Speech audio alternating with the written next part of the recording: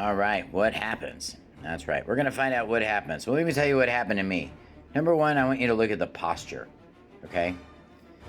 This is a haughty look, okay? And this is an attorney, okay? So they're trained to do this. This is exactly what they do. And what he's doing right now is he's grooming the public and giving them a little piece of information to try to scare people into his hole so that you'll hire him. Wow.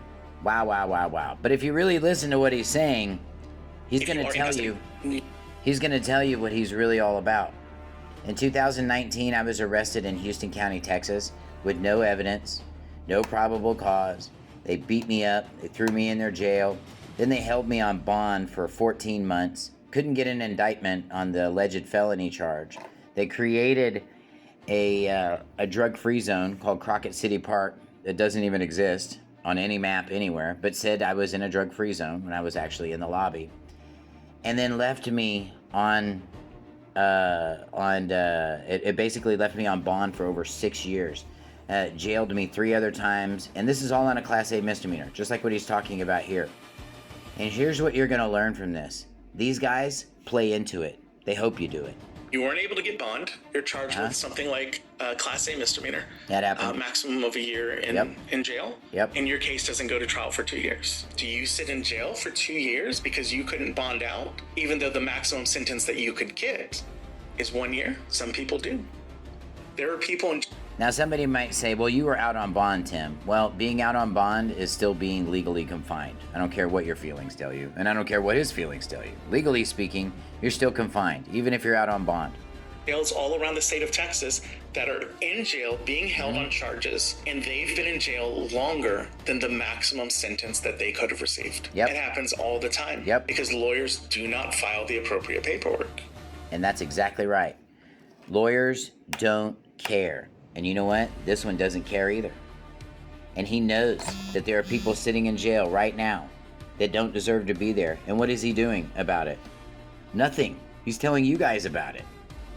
So if somebody has the power to fix something and they don't do it, that's codified under that's codified under 18 USC 1986, and that's failure to correct a wrong.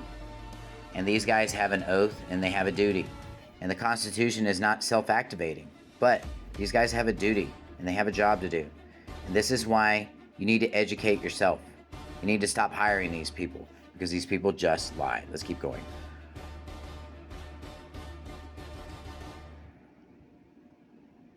To get this person out because they have served. They have served the entire sentence that they would be eligible to serve. So now you are punishing them for an offense that has a maximum punishment of 1 year.